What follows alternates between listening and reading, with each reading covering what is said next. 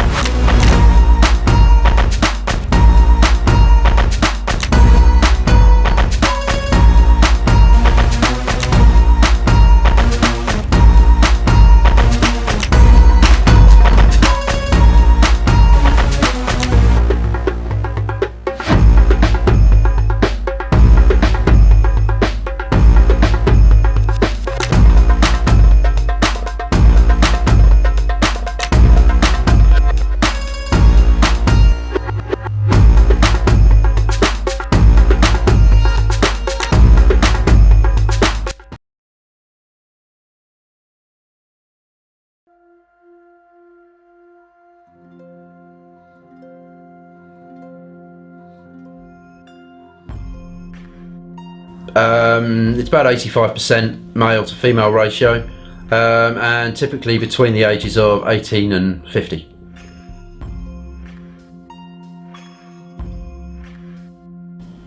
The primary reason for homelessness is what we call relationship breakdown. It's your relationship breaking down with your family, your marriage, or your relationship with your partner falling apart, and that's why the majority of people become homeless. You know, people who become homeless, if you don't have a mental health problem before you become homeless, you're more than likely to start suffering with some mental health issues once you become homeless, because it's so stressful. And the same goes with substances as well. I mean, the great majority of the population in this country use some sort of substance on a weekly, if not daily basis. The only difference between them and somebody who's homeless is that they have a home, so they're able to manage whatever substance they're using.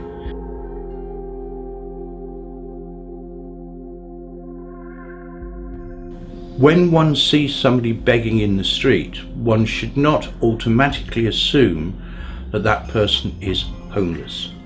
There are significant numbers of people who will have accommodation and are using begging as a way to gain income.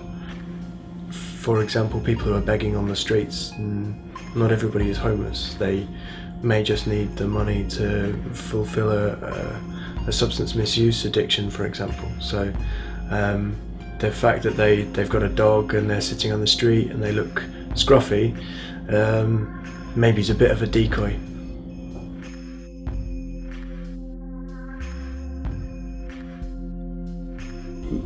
No.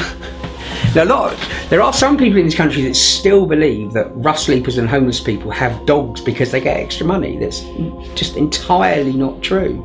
There is no extra money available. If you have a dog, it's going to cost you more money. You don't get any extra benefits for it.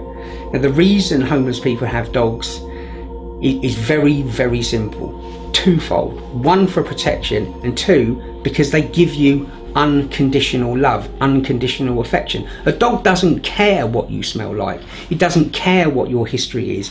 Doesn't care whether you're a criminal or an alcoholic or a drug user. Your dog loves you.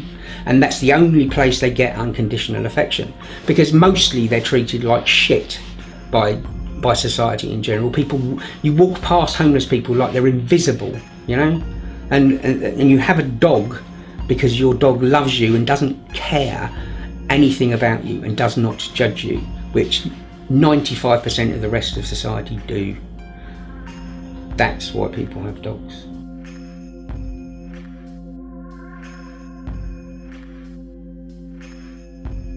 To decrease the number of homeless people, the bottom line is we need more houses, we need more accommodation.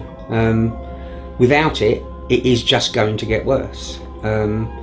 You the economic situation is going to stay as it is for a while. Without a lot more housing being built, the situation is just going to get worse. And as far as some of the more entrenched rough sleepers, people who've been doing it for a while, we need specialist services. We need specialist high support accommodations to get some of our more entrenched rough sleepers off the streets. Without that, the problem is just going to continue and to get worse.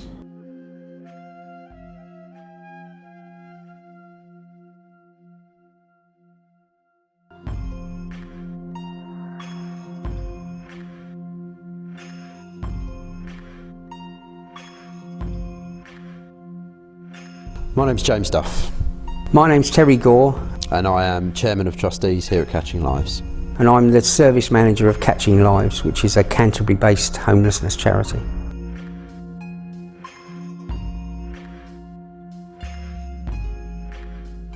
My drinking became problematic, and combination of my drinking and my stress, my anxiety led to me losing my job, losing my flat, and left me. I ended up on the streets. I spent about 2 years street homeless, and eventually I ended up here in Canterbury and stayed at the night shelter, and that was when I started to change things, turn things around. I became homeless in 1993. Ostensibly, I lost my accommodation. The reason I lost my accommodation was because I lost my job, and I lost my job because I was convicted of stealing from my employer. I'd had an alcohol problem from a very young age.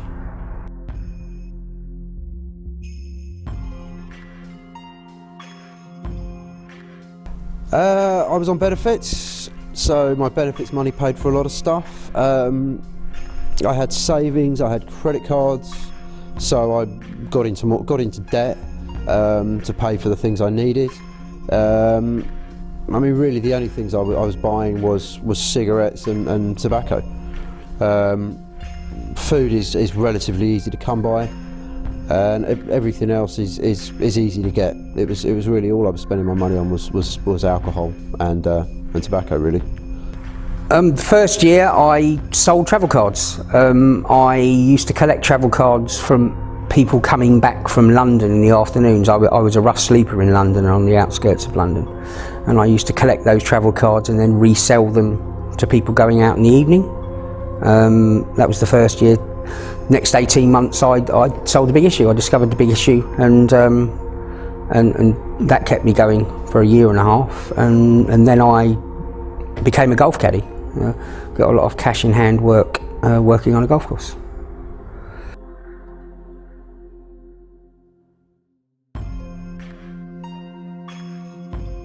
The sea change was, put simply, that I'd had enough. I'd had enough of the way I was living. I'd had enough of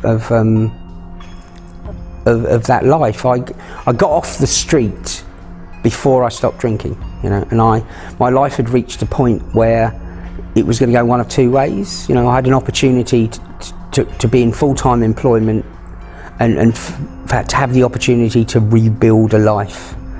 Or I was going to go back to rough sleeping and live a life that I loathed. And I made the choice, and I made the right one.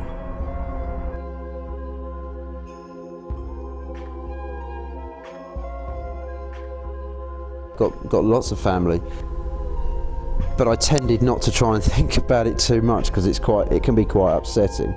But it's their help, not necessarily the help you might think you want, which is why I was on the streets rather than stay at my mum's or stay at my sister's or my cousin's, because no offer is ever without ties, and I found it easier to be on the streets than to be staying with anyone I knew. I've got a family, but when you're sort of in that situation, well, for me personally, my mother particularly was part of the underlying issue that led to me becoming homeless. And there's also, as there always would be in a situation like that, an element of shame. I was ashamed of what I'd become, and so I didn't have any contact with my family from 1993 when I became homeless until 2012.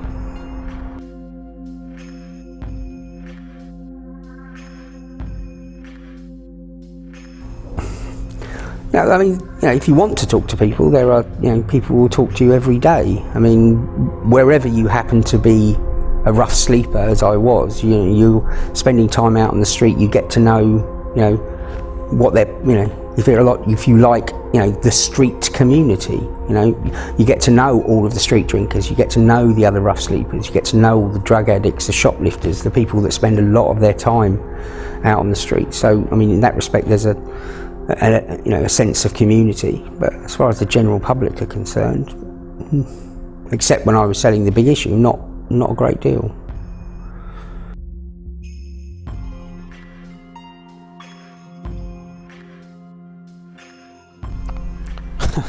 I remember once, it was very early in the morning, maybe 5-6 o'clock in the morning. I'd woken up, I was freezing cold, and I was shaking because I needed a beer.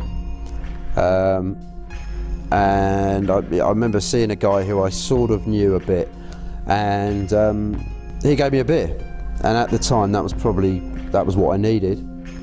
So yeah, that was one of the best things, because I badly needed a beer. It was that was probably one of the best things. Best thing when I was a rough sleeper was Christmas dinner. There was one lady I came to know through my time on the street who invited me home for Christmas dinner, and a few times I was given a bed for the night by people that didn't know me from Adam, who just saw my situation. And when you consider all of the implications of that they were very definitely the best things that I was given.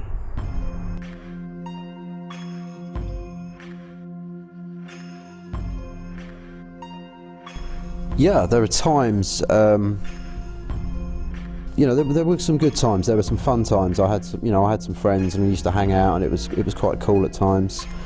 But also,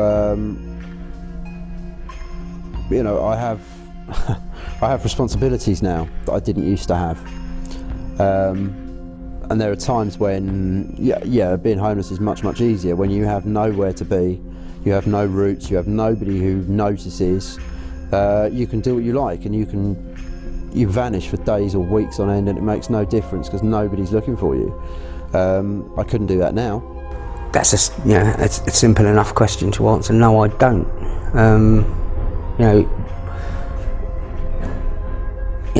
Too much, just too much shit, too many bad memories. There was, I had my nose broken twice. There's all sorts of stuff that I do not miss. So it's a very simple question. That I do not miss that life.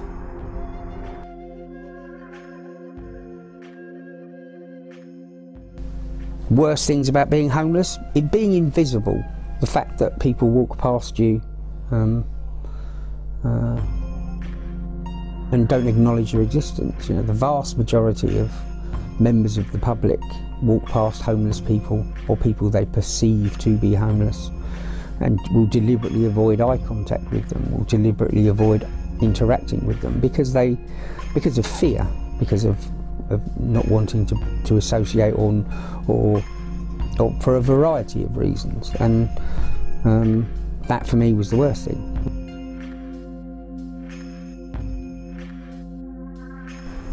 My message, if I have a message, it's this: anyone can become homeless. Okay, that rough sleeper that you see out on the streets could be your mum, could be your dad, could be your brother, could be your sister. Anybody can become homeless, and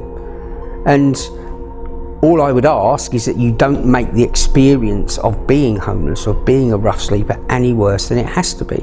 The worst thing for me about being homeless is being invisible, and people ignoring you, people acting as though you're not actually there. So all I would ask people to do is to acknowledge people that they see. If somebody asks you, for some money, I'm not asking you to give them money, Just saying, make eye contact, say no thanks mate. If somebody asks you for a copy of The Big Issue, if you don't want to buy it, fine. Just say no thanks mate, not today.